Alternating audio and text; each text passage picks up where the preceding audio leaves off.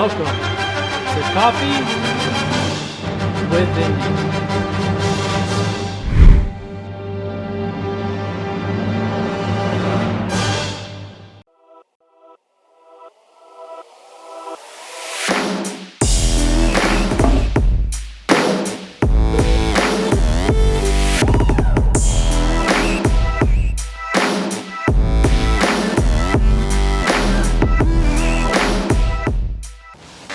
Welcome, friends, to Coffee with Indy, where your friends here at Indy break down a topic of interest to the energy storage world in 2 minutes each or less over a delicious cup of joe.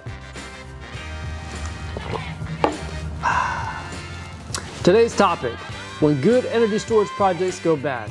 Myself and the Indy team have all been working on storage projects for more than a decade now. We've been a lot of places and seen a lot of things. Some good, some not so good. Today on our coffee break, each of us Indy guys will give you an item or area where we've seen problems crop up on energy storage projects multiple times, thereby hopefully helping you avoid them on your future projects. First up, the battle-hardened and super insightful Evan Turry. Future storage projects everywhere are counting on you, Evan. So open our eyes, give us something good. You've got 2 minutes. Go! Common mistakes in battery energy storage systems. Oh man, where to start?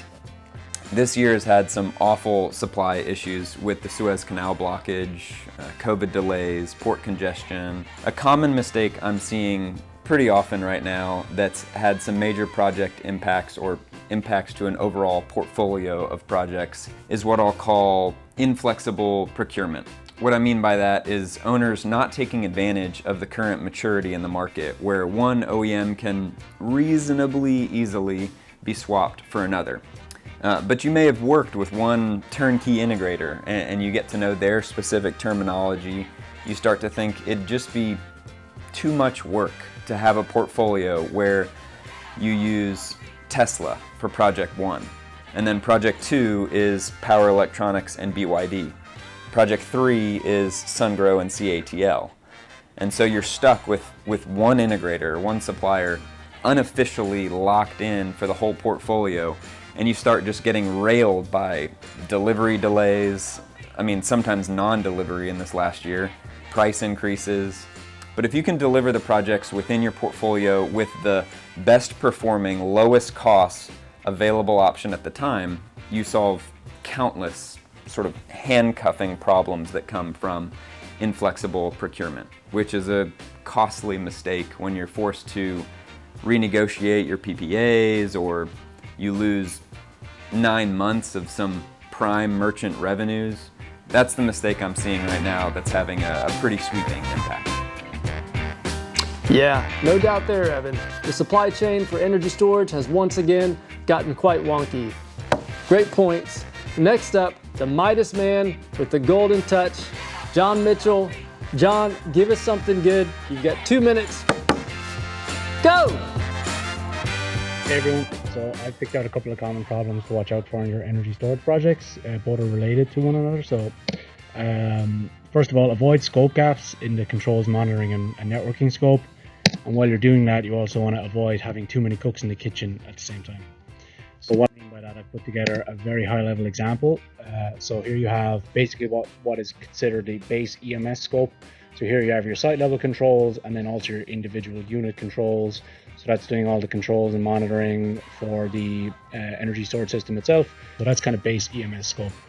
But then quite often there's a lot more to it than that and kind of around that. So first item definitely we're discussing is the networking gear. So particularly for utility scale projects, you have local data storage requirements, you have to run certain applications on certain servers, and then UPS requirements. So some systems have to have 2 hours of backup, some have 4, some have 8. So this networking scope in terms of providing the hardware and then also programming it to work within the EMS environment is quite important. Similar to that and related is the utility interface scope. So that's the satellite clock for performing some applications. That's the DMP3 interface via typically an SEL RTAC device.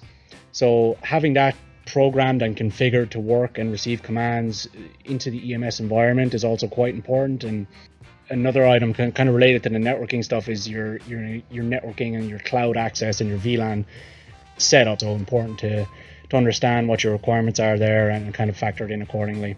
All of those things are multiplied again if you have a PV system in co-located with the storage. So if it's a PV plus storage system, then you have, you potentially have an additional third-party PV controller, power plant controller. We've been involved with projects where you have 5 different parties providing these 5 scope items, and then we have, our own projects where we're essentially providing all of this.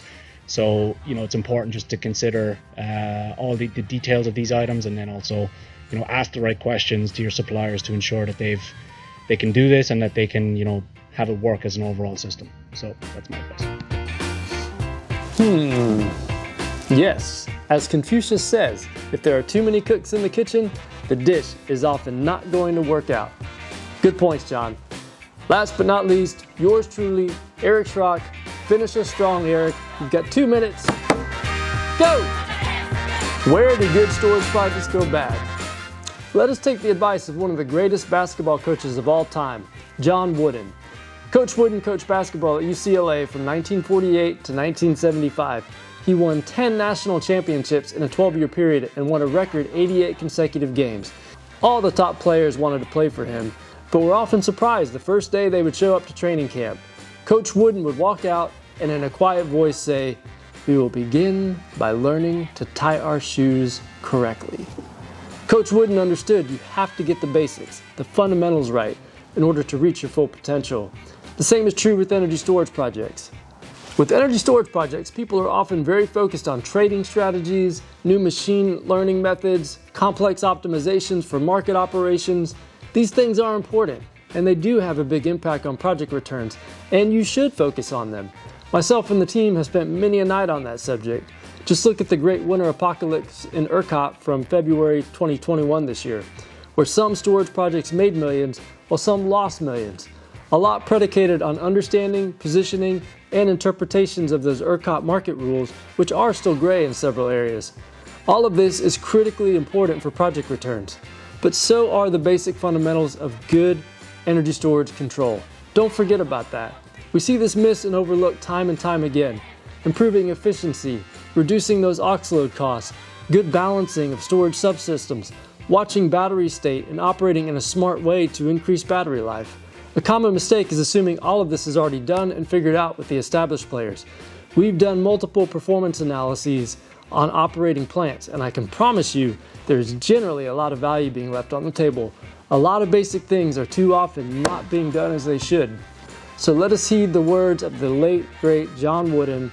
We must begin by learning to tie our shoes correctly. Pay attention to good, solid, fundamentally sound control of your storage projects. Be sure to ask questions about these things, then look at them. Your battery's lives and your project returns depend on it. Okay, it's time to wrap up our coffee break. We've got to get packed up and on the road for Phoenix. We'll be exhibiting at the Energy Storage Association, aka ESA conference, for a few days this week. After the last year and a half of COVID lockdowns, it'll be great to see a lot of you in person. Stop by our booth or reach out here on LinkedIn and set up some time to talk. We'd love to give you some straight shooting input on your storage projects and also hear what you're seeing. We've also have some top shelf coffee from a local roaster that we'll be giving out as some swag giveaway. Unfortunately, it's the beans only as we're not allowed to serve hot drinks, but you can take it home for our next coffee break together. Until then, hope to see you at the show and hope you avoid some of these common issues on your storage projects.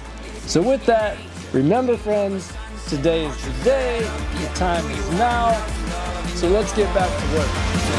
Get your hands dirty.